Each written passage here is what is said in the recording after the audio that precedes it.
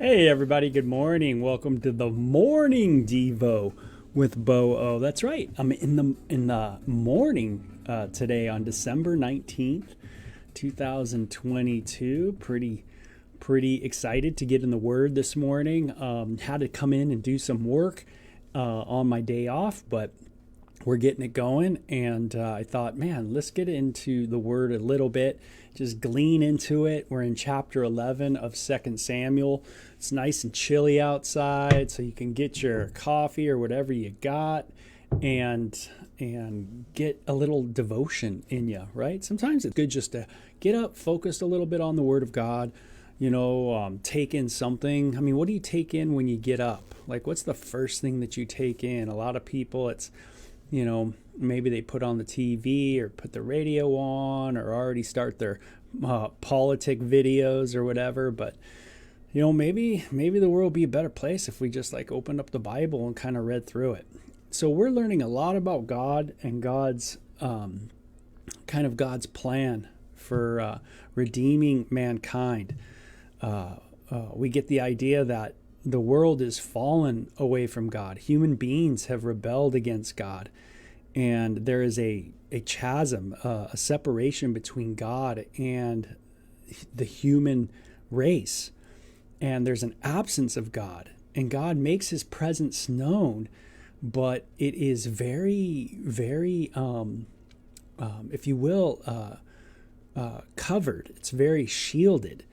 And there is this thread of redemption of that is combing through the human race all the way into this family line of Israelis from the tribe of Judah, and specifically through this guy David in his line, that this Redeemer will come, this one who will reveal, the one who will make known, right? The one who will, in a sense, shine God and God's favor onto the people.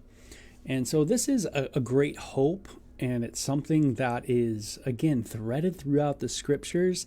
And so we're in this wonderful book of 2 Samuel. It's an incredible narrative of the life of this man, David, king of Israel. And we get to chapter 11, which is a very famous chapter, and let me read it.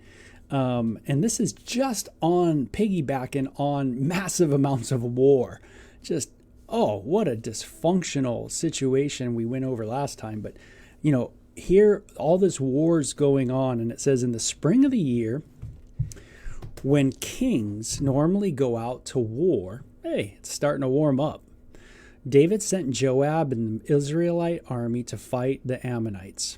They destroyed the Ammonite army and laid siege to the city of Rabbah. However, David stayed behind in Jerusalem.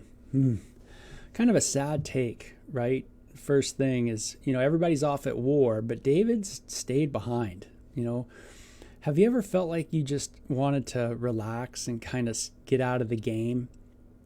Just kind of go, man, I'm just so tired of the game. I'm so tired of the game.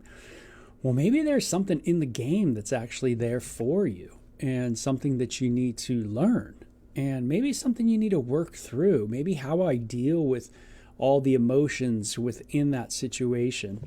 Instead of just wanting to get out of it, maybe I have to work within it. And sometimes if we keep getting out of situations and moving away from them, maybe we never really learn to deal with situations properly. Maybe we just delay the inevitable and the inability to deal with situations properly. So sometimes, like in a family, maybe the best thing to do is learn how to deal with stuff, within that family situation, instead of just going and running from it. Even though it's easier on the soul sometimes when you just go and run, take a reprieve from the difficult situation, maybe we just never really learn what we need to learn. Maybe courage, right? Maybe perseverance, maybe boldness, maybe learning how to agree to disagree, maybe learning how to not take things personally, maybe learning how to detach in difficult talks, whatever it is, But all of us have had that feeling of maybe wanting just to run. And David here is just on a chill. He's just taking a rest. And let's see what happens. So late one afternoon, after his midday rest, David got out of bed and was walking on the roof of the palace. Sometimes we get bored, right? Sometimes boredom is the worst, because what do you do when you're bored? You know, we sometimes get into some trouble, right? It's not just when we're bored. It can be when we're stressed or when we just want to check out in our mind. But a lot of times it's when we're bored, you know. It's funny because I don't think we could ever really be bored, you know, really. Meaning if we really put our mind to it, there's always things to do, and there's always constructive rest that can happen in our life. But then there's not good constructive rest, right? Where our rest is not helping us, but it's actually starting to hinder us. And it says this is what David did. In his rest time, he gets up and he notices a woman of unusual beauty taking a bath. Something becomes attractive to us, and we kind of move in that direction. It's funny, we always think of women, but how many people are attracted to food? How many people are attracted to many other things? Binge watching TV. How many people are attracted to drinking? How many people are attracted to, you know, buying stuff, you know, going out and buying, just buy, right? Constant spending of money, constantly building up your house, constant. It's a never ending cycle, right? Yeah, so sometimes our boredom, instead of being really maybe put into the right effort of like, maybe, hey, how can I get out the gospel of Jesus Christ? Maybe how can I share? How can I help out, share the love of Christ with people? Maybe more, instead of on that Jesus mission, we get on, you know, other missions, right? And those missions can become pretty hindering to our souls for sure. Things become attractive. And David sees a woman who's attractive. But like I said, there's many other things that are attractive to people. So you might not be into this, you might not be attracted sexually to people, but I bet you're attracted to something. And something's got you.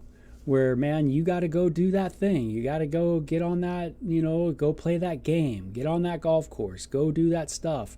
You know, everything's pulling you. It's pulling your money. It's pulling your time. It's pulling your energy.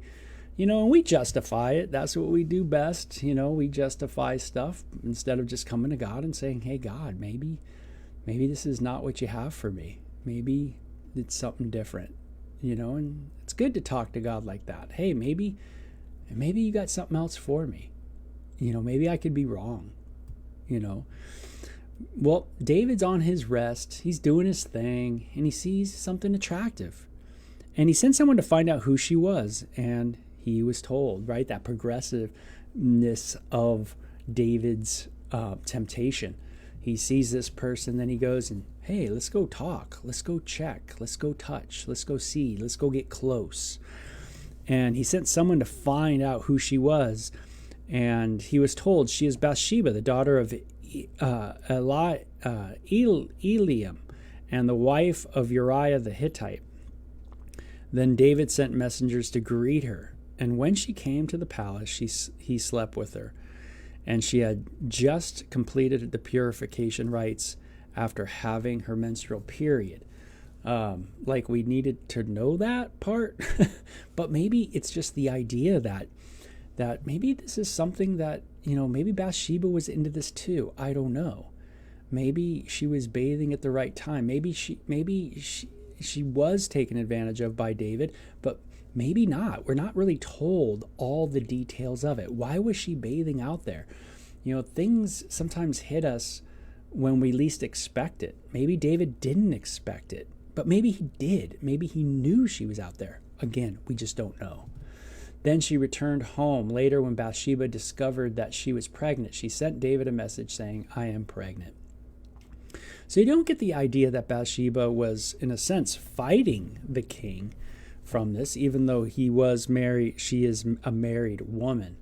But that it sounds like, I mean, from just the reading, the plain reading, you don't get anything other than it seems pretty mutual. He goes and sends messengers to her like, hey, you know, I'm into you. You want to come up here? Something like that. And she says, sure. And she does that. Maybe she's lonely because her husband's off to war or whatever it is. But the bottom line is things do allure us as human beings. Many things do. And you might not have a sexual appetite, but you have another appetite, like I say.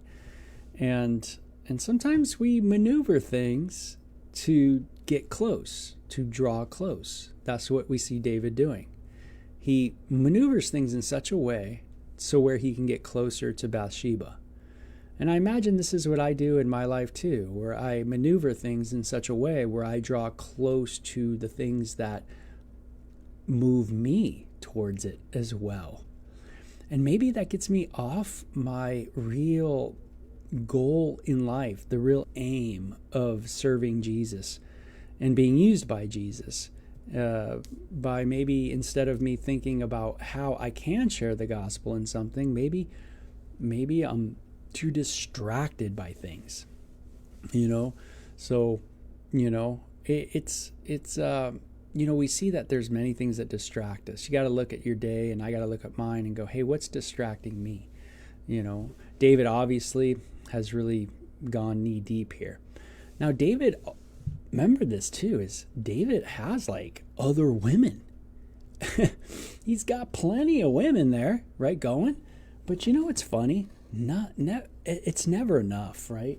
It is never enough. Lust never ends, man. It just never ends. No matter what you get a car, you want something else. Isn't that amazing? You get food, right? Something you like so much, you want something else. It's funny. We're never satisfied just with the same thing, and that's a bummer. That we have that kind of knack as human beings. Then David sent word to Joab, send me Uriah the Hittite. So Joab sent him to David. When Uriah arrived, David asked him now how Joab and the army were getting along and how the war was progressing. And then he told Uriah, go home and relax. And when David even sent a gift to Uriah after he had left the palace. But Uriah didn't go home. He slept that night at the palace entrance with the king's palace guard. So Uriah, pretty noble dude, comes in from war. David meets with him. David has slept with his wife, got his wife pregnant. And David's assessing the situation. Says, maybe I can get Uriah to go home and kind of sleep with his wife, and he'll think it's his kid. But Uriah doesn't do that. Am I that kind of guy like Uriah, where I have a heart to go, hey, all my bros at war, they're all sleeping in the barracks, man. Maybe I need to go there, and sleep there with them, and not be about the business of my own personal pleasure right now. And I kind of like that attitude, really thinking about his friends. I mean, I think that's a beautiful attitude that Uriah has.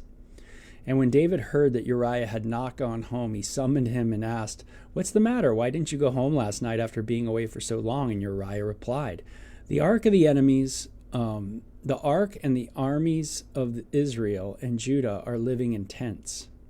The ark and the armies of Israel and Judah are living in tents. And Joab and my master's men are camping in the open fields. How could I go home to wine and dine and sleep with my wife?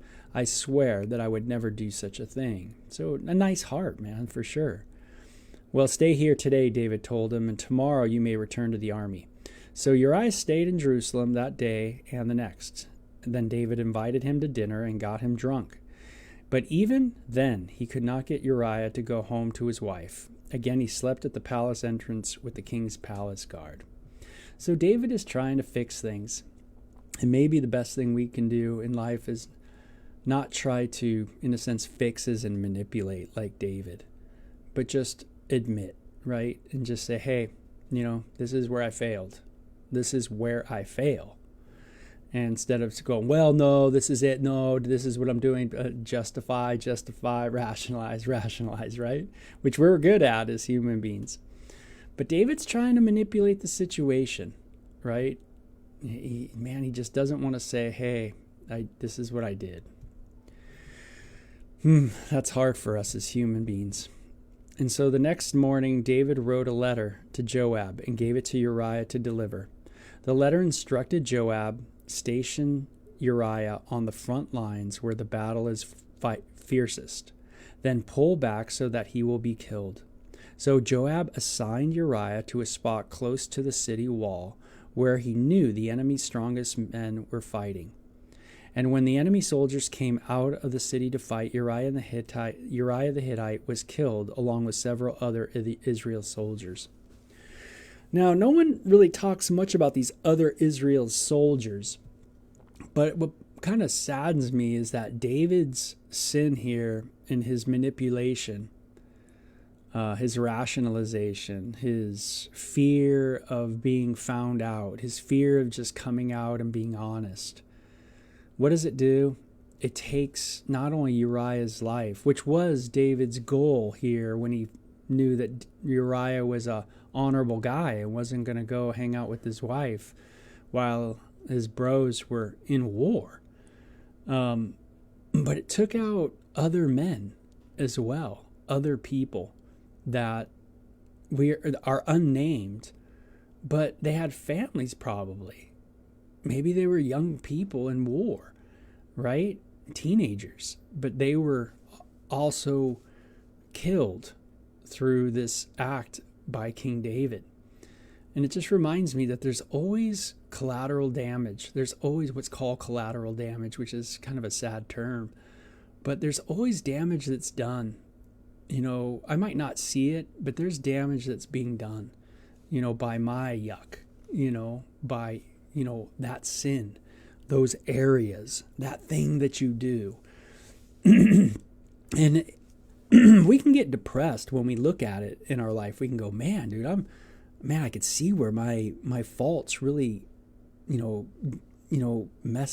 into that person's life. You might see your kid and you might go, whoa, I see myself in them. I see my flaws in them. You know, you might see that, but it's not to get depressed over, but it's something to bring before God and just say, God, you know, I need your help. You know, I need you. I need saving. I need sanctification. I need everything, you know, from you. It's to bring an honest heart before God, you know, but not ignore what you're doing, not ignore what David's doing, not ignore the manipulation, not ignore the controlling nature that David has here, trying to control everything. You know, instead of doing that, we need to come honestly with these flaws. And so David, the narrative reveals our own issues, right? We're looking at ourselves here. Don't think, oh, well, I haven't committed adultery. Oh, yeah? Well, let's get into it a little more. You know, let's get into anybody who lusts in their hearts. Adultery has been in there, you know. Have you ever been controlling like David? Have you ever tried to manipulate situations like King David? Have you ever had desires that have, you've overreached in those desires? You know, you've gone too far, you know.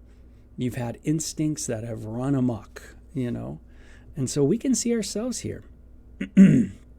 So, it was really sad. These other people were killed as well. Then Joab sent a battle report to David, and he told his messenger, report all the news to the battle to the king.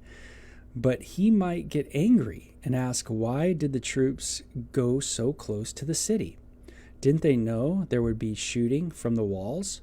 Wasn't Abimelech, son of Gideon, killed at Thebez by a woman who threw a millstone down on him from the wall? Why would you get so close to the wall?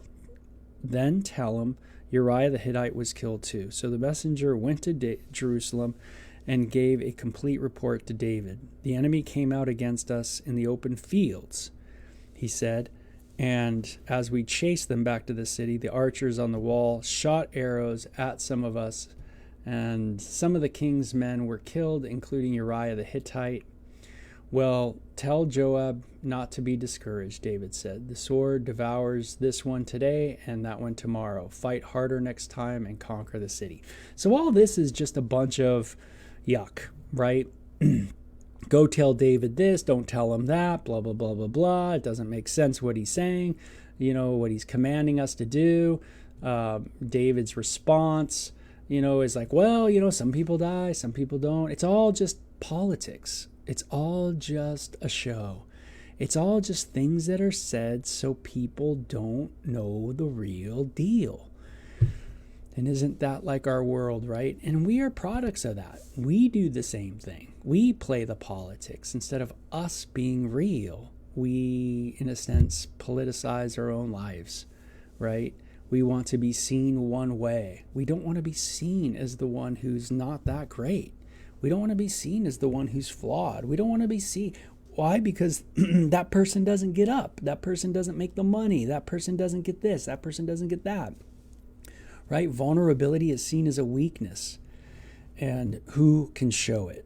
Right? Sometimes in a marriage it's like that. How can you be vulnerable? If you're vulnerable and you show weakness, then that person might attack you. Right? And that can be really sad. Right? Because you're not even in a safe, loving situation where you can be vulnerable.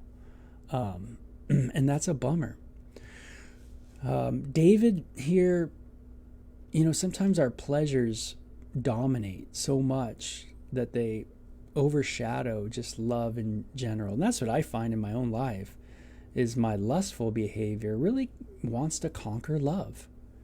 Lust doesn't want me to love. It doesn't want me to use restraint.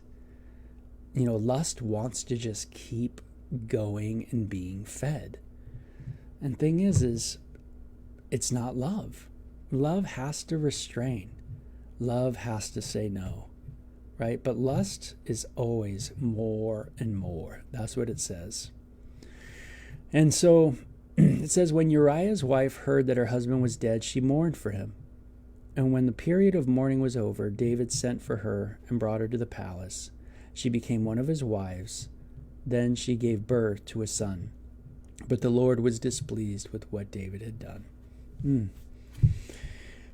So you think that when Uriah would die, it would be over. David would say, hey, man, this has gone too far.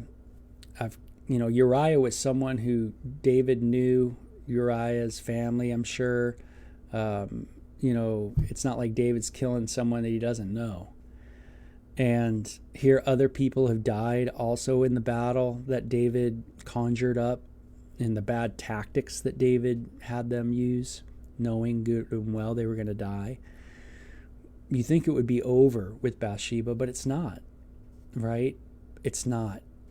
And this is what happens in our lives. Sin just continues to fester, and it grows and it grows and it goes and it goes, right? It just keeps going. And then, David's living with Bathsheba. Bathsheba's now one of his wives. And she's just part of the crew. And we're going to find that everything in here says, man, what a mess, right? Gosh, David doesn't deserve to live after this. I mean, dude, he murders. He commits adultery. This guy's a law breaker. If anybody breaks the law of God, it's this dude. This guy's a super commandment breaker. But we're going to see that an amazing grace and mercy is seen through this woman Bathsheba, because Jesus comes from this line of David and Bathsheba. Amazing. Absolutely unreal, right? So in the midst of such yuck, there's a beautiful light, a beautiful salvation. And this is what we all need, because we all can relate to chapter 11. If you can't, I don't think you're human. It's a famous passage, famous narrative, one that touches our hearts on many levels. But it's good for us just to think through it, think about our own lives, think about our own honesty with God, and then ask those really tough questions. Can I be honest with the Lord? Can I come to God? He will redeem. He will give grace. But am I open to come to him and say what needs to be said?